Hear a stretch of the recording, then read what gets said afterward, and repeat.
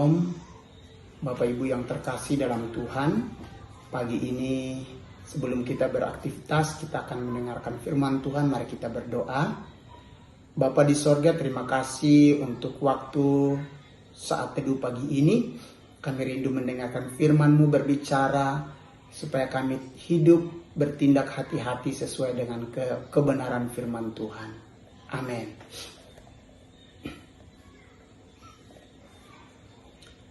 Renungan kita dalam Kejadian 16 ayat 2. Saya akan bacakan untuk kita. Kejadian 16 ayat 2. Berkatalah Sarai kepada Abram, engkau tahu Tuhan tidak memberi aku melahirkan anak. Karena itu, baiklah hampirilah hambaku itu, yaitu Hagar, mungkin oleh dialah aku dapat memperoleh seorang anak. Dan Abram mendengarkan perkataan Sarai. Tema kecil, ketidaktaatan Sarai dan Abram untuk mengambil jalan pintas. Ketidaktaatan Sarai dan Abram dengan mengambil jalan pintas. Dalam konteks Kejadian pasal 16 ini menceritakan tentang inisiatif atau pikiran Sarai istri Abram. Sarai menyuruh Abram untuk mengambil Hagar yang adalah hamba perempuan Sarai untuk menjadi istri Abram. Hukum perkawinan Asyur pun dipraktekkan dalam keluarga ini. Sebelum masa Abram mengizinkan seorang suami tidur dengan budak istrinya jika istrinya tidak dapat mengandung dan tidak mempunyai anak. Dan anak budak itu akan menjadi anak majikan perempuan. Ketika itu Abram berumur 85 tahun ketika menghampiri Hagar. Setelah 10 tahun mereka tinggal di tanah perjanjian, tanah Kanaan. Rencana Sarai untuk mengambil Hagar hambanya menjadi istri Abram berkatalah Sarai kepada Abram suaminya, engkau tahu Tuhan tidak memberi aku melahirkan anak. Karena itu, baiklah hampirilah hambaku itu, yaitu Hagar. Mungkin oleh dialah aku Sarai dapat memperoleh seorang anak. Dan perhatikan apa yang dikatakan oleh firman Tuhan. Dan Abram mendengarkan atau setuju dengan perkataan Sarai istrinya.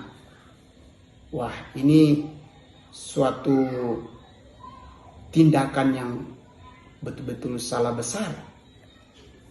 Dalam menanti waktu Tuhan untuk Sarai mempunyai anak kandung, namun Sarai tidak menanti dengan sabar, dengan penuh pengharapan, dengan penuh keyakinan apa yang Tuhan sudah firmankan berkali-kali kepada mereka.